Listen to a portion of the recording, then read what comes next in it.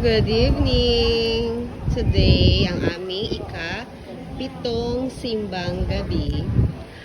Tingnan nyo, may bago kaming location. Iba ang aming location for today. Ito ang aming pang-pitong simbang gabi. Ayan. Kita nyo, iba ang aming location. Nandito kami sa ibang covered court. Kasi ginagamit yung covered court na ginagamit namin noong mga nakaraang simbang gabi. So dito kami magse-celebrate ng aming ikapitong simbang gabi. Pero mas maganda dito kasi maliwanag, ang ganda pa ng floor. Maliwanag, di ba? Maliwanag ang buhay. Sana dito na lang tayo lagi. No? Ang problema, malayo ito. Layo po. Ito yung pinaka... Layo po ng pinakdulo. Oo. Ito yung pinaka dulong-dulo ng subdivision namin. Kaya yung mga taong magsisimba, mahihirapan sila. Kasi lalo ko yung mga walang sasakyan, tulad ko walang sasakyan, nagrenta ako ng tricycle para makarating dito. Tapos magpapasundo na lang mamaya. Pero ang ganda dito, no? Kung ito lang nasa bungad, Ay, napulat yun. walang tayong problema. Di tayo yung mamroblema pagpapalayasin. Charot. Okay na yan, kasi dito na naman sila ng subdivision, pupunta pa sila sa parokya, mas malayo yun. Oo, yung ibang mga talagang gustong magtiyaga, At saka kumpletuhin nila yung 9 days nila. May sakripisyo talaga sila. pagsakripisyo na lang. Alam mo ba, doon sa Samanggahan din, nahihirapan din sila doon makasakay pag pauwi. Oh, ito na gagamitin Oo. natin ha. Ay, wala. Ako pala Oo. sabi. Wala rin doon tricycle. Yung mga walang sasakyan, Oo. nahihirapan din sila Sa madaling makahanap. araw? Oo, na ganito. Kaya mas pinipili pa rin nila magsimba dito. Kasi lalakarin lang. At least sa loob pa rin ng subdivision. Oh, ito dito ko na-insert sa'yo. Basahin mo. Oo. Magbasa muna ako ng sa akin. So ito ang aming venue. Mamaya ayusin pa natin. I-video ko sa inyo kung marami ang magsisimba kasi naiba yung location, baka walang magsimba, baka konti na lang. Ikapitong simbang gabi.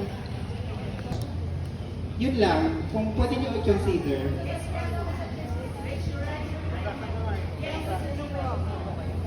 Habang wala pa. Magandang gabi po sa ating lahat, lalo po sa pamunuan ng Phase 4. So, sa ito pong lugar, napaka-accommodating.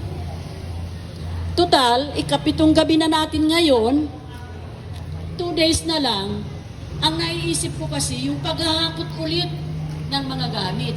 Salamat na lang po at may mga available tayong manpower at mga sangkapan na nagagamit. Para po sa akin, mga kasamahan kong taga-pandel, nalalayuan kami, pero bagamat tawag ng ating bilang isang Katoliko, para sa akin, yung 2 gabi ay parang madali ng isakripisyo. Video to. Okay. Guys, Jen! Start na kami. Ang ganda ng aming venue ngayon. Ang daming tao. Ayan o. Dito na daw kami hanggang matapos ang simbang gabi. Agree na lahat.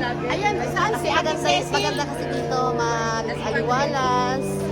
At may mga task force pa kami dito na nagbabantay sa mga sasakyan. Ayan. Hi! Ako nga, mayroon tayong attendance.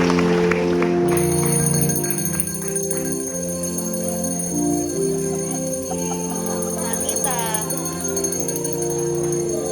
Tapos na ikapitong simban.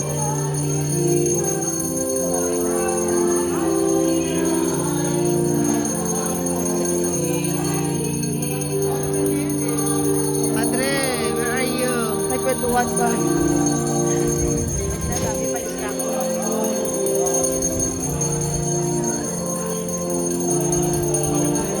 Ay, magbabaw pa tayo. Bye po, Father! Bye po, Father.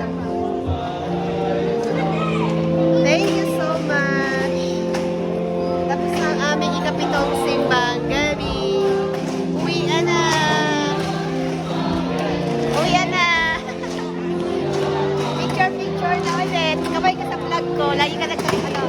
vlog ko. Hello po.